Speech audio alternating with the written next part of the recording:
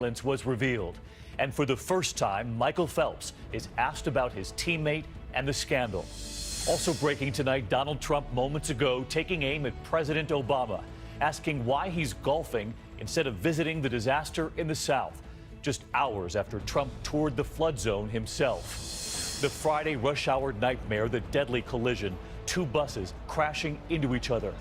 For the first time, we take you inside the fire zone tonight, moving at stunning speed east of Los Angeles on the way to Vegas. Nearly 100 homes burned to the ground. And the new headline tonight about Zika right here in the U.S. Now, several cases in a major tourist destination. This is ABC World News Tonight with David Muir. Good evening, and it's great to have you with us here on a very busy Friday night. And we begin in Rio, where a short time ago, the final swimmer, the last of the four, James Fegan, has just been given his passport back. And tonight, gold medalist Ryan Lochte, who so far has been silent on this, is now offering an apology and his explanation. It comes 24 hours after Brazilian authorities released this surveillance that showed a different scene from the initial story from Lochte, that his cab had been pulled over and that a gun had been held to his head. And as I mentioned, the fourth swimmer who spent hours in a Rio police station today after they confiscated his passport now has it back. And tonight, Michael Phelps, back here in the U.S., was asked for the first time about Lochte and the scandal and whether Lochte will emerge unscathed. We begin tonight with ABC's Matt Gutman in Rio. The Olympian, so used to chomping gold, tonight biting the bullet, issuing an apology for not being more careful and candid in how I described the events that early morning. When this security video shows him and three other U.S. Olympic swimmers romping through a gas station, ripping down signage, and police say being belligerent. The worst, police have said, and the U.S. Olympic Committee agreed, lying about the facts. Broadcast on NBC. These guys came out with a badge, a police badge. No lights, no nothing, just a police badge.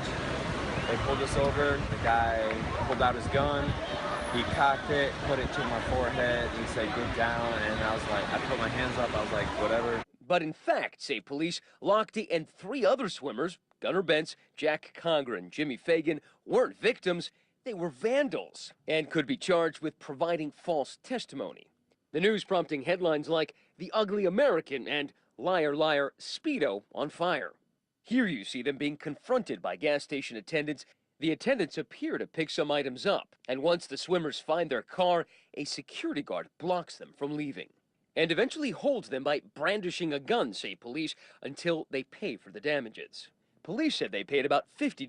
Lochte's lawyers insist they were extorted for about $400. There's much on the line for him. Lochte, the second most decorated American Olympian of all time, rose to fame during the last Summer Games in 2012. Since then, he's had a reality show. My philosophy is real simple. Go big or go home. And scored endorsement deals with big names like Speedo and Ralph Lauren, worth an estimated $1 million. When asked if Lochte could emerge from the scandal, his friend, Michael Phelps, telling reporters, we have good people taking care of it, so hopefully. Lochte was back in the U.S., but his three friends remained marooned here. Bentz and Conger, after 24 hours in which they were pulled off a flight, spent 5 hours at a police station, their passports confiscated, then taken back to the airport for another flight to the U.S., seen here settling in the back of the plane. And Matt Gutman with us live tonight from the scene, that gas station in Rio. And Matt, late word just coming in about the fourth swimmer still there in Rio. Brazilian authorities now saying he's allowed to return to the U.S.? That's right, David. We just heard from the Justice Ministry. Jimmy Fegan has paid that $11,000 to a charity here. It's a judo school in a local slum here in Rio. That means he gets his passport and he could fly home as early as tonight. That does not mean that these swimmers are out of hot water. Both the Olympic Committee for the International Olympic Committee and the U.S. Olympic Committee say they are going to investigate the incident. David. All right, still more to come. Our thanks to you, Matt, and the team there in Rio covering the Olympics for us. Thank you. In the meantime, tonight we turn next here to Donald Trump, just moments ago taking aim at President Obama tonight, asking why the president didn't travel to the disaster zone in Louisiana instead of golfing on Martha's Vineyard. Today, Trump himself traveling to Louisiana, visiting the flood zone. The governor had said a visit wasn't necessary, fearing a drain on already stretched police resources, adding that what's most needed is help. And late today, we learned the president will now visit on Tuesday as Trump turns his campaign attack amid his own reset. Trump now apologizing to those he has hurt with his own words, saying he now regrets it. And we ask, who specifically does he mean? ABC's Tom Yamas in Louisiana.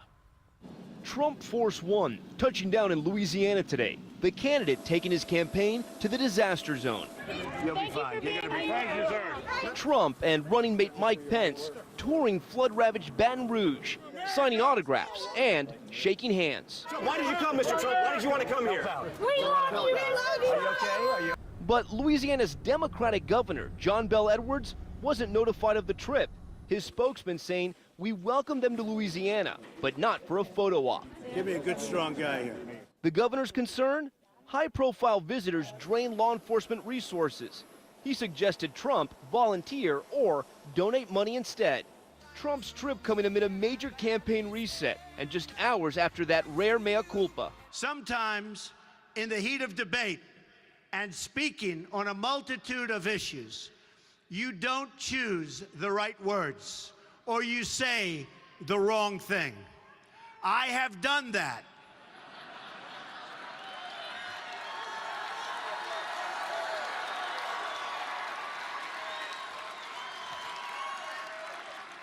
And believe it or not, I regret it. And I do regret it, particularly where it may have caused personal pain. For someone who never says I'm sorry, the moment taking many by surprise. David asking Trump's new campaign manager about the change in tone. Donald Trump saying, "I do regret it, particularly where it may have caused personal pain." Who was he talking about? He was talking about anyone who feels offended by anything he said, and that's all him. You know, he took extra time yesterday going over that speech with a pen. So that was a decision he made. Those are his words. Trump's campaign thrown off course after he attacked the Gold Star parents of Captain Humayun Khan, who died fighting in Iraq. Will he reach out to the Khan family personally? He may, but I certainly hope that they heard him last night, and I certainly hope America heard him. You're a couple of days in as the new campaign manager.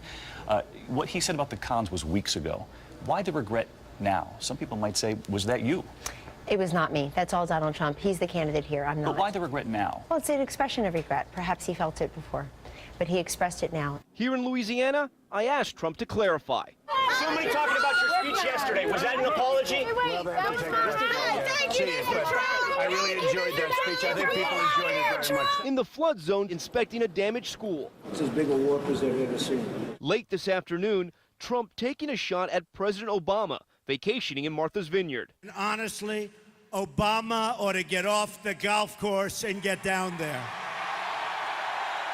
Today, the White House announcing the president will visit Baton Rouge Tuesday. Trump now dealing with yet another campaign shakeup. Campaign chairman Paul Manafort resigning, already sidelined by staff changes and plagued by stories about his consulting work for politicians in Ukraine with close ties to Russia. My father just didn't want to have the distraction looming over the campaign.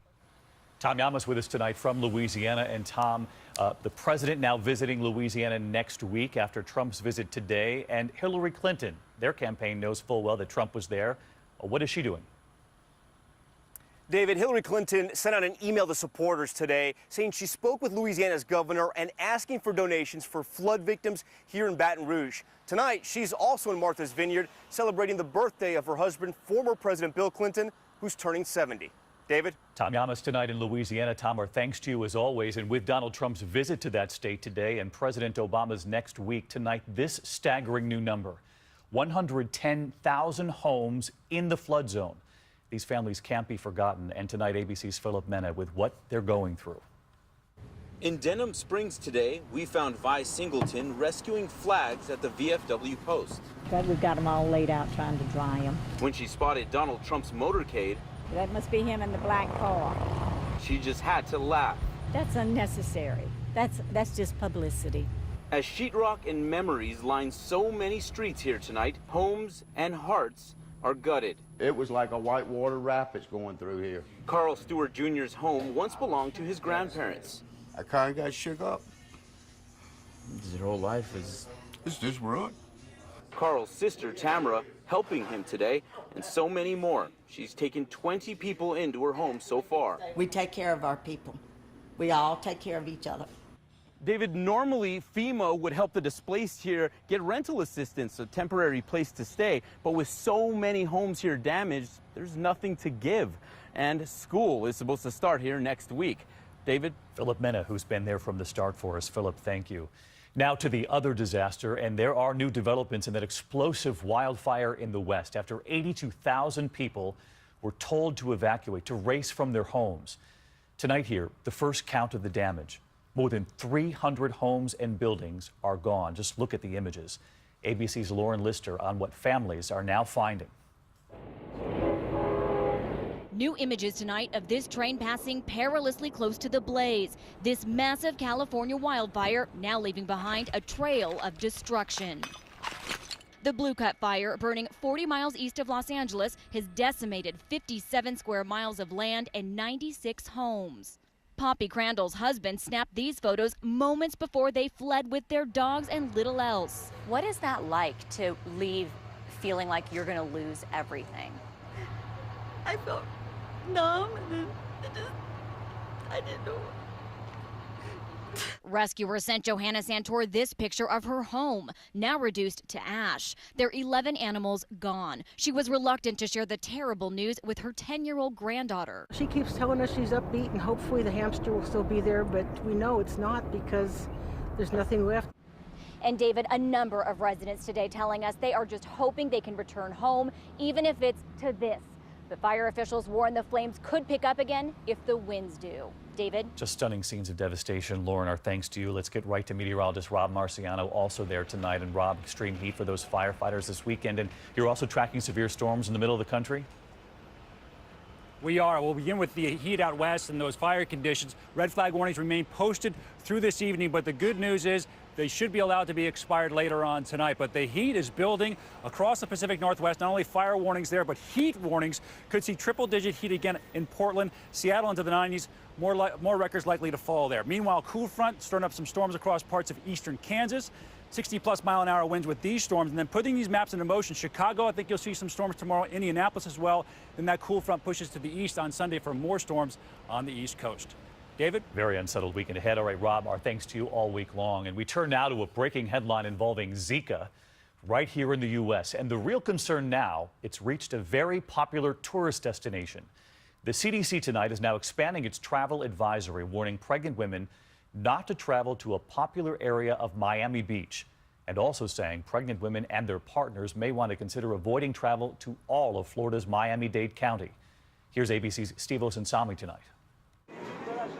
The fears tonight in South Florida have come true. Of the 5 Zika virus infections confirmed in the very popular Miami Beach, 2 are people who live here and 3 were visitors. If I knew this was a new hotspot, I wouldn't have come here today.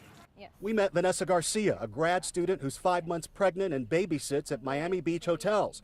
She shared this ultrasound of her baby boy and says both she and her husband plan to stay clear of the beach. You're not doing any business then? Unless it's 100% guaranteed I'm indoors, no.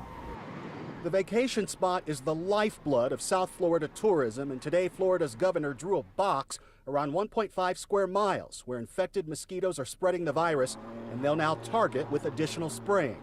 We want to do all we can to ensure Florida remains safe for our visitors and our families.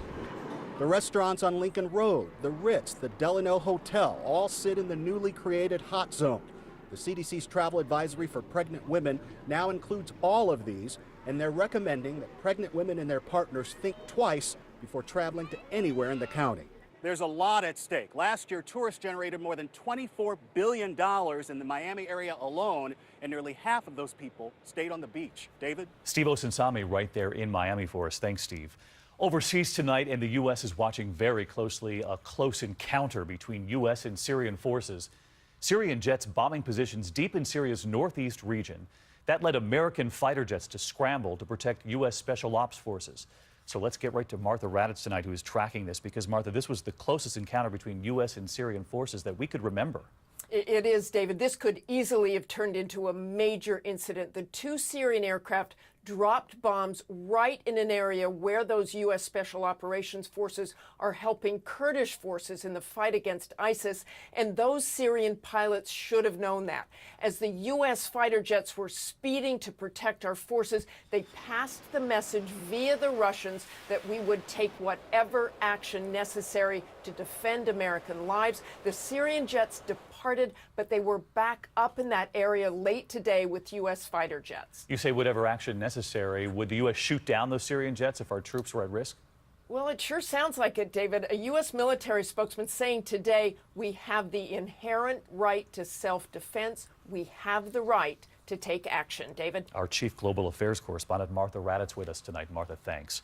There is still much more ahead on World News Tonight this Friday. The traffic nightmare, what caused this deadly accident right during the busy Friday commute. 2 buses colliding. Also tonight, the plane crash and no time to spare afterward. This helicopter rushing to the scene, pulling people out of that crash scene. And take a look at this.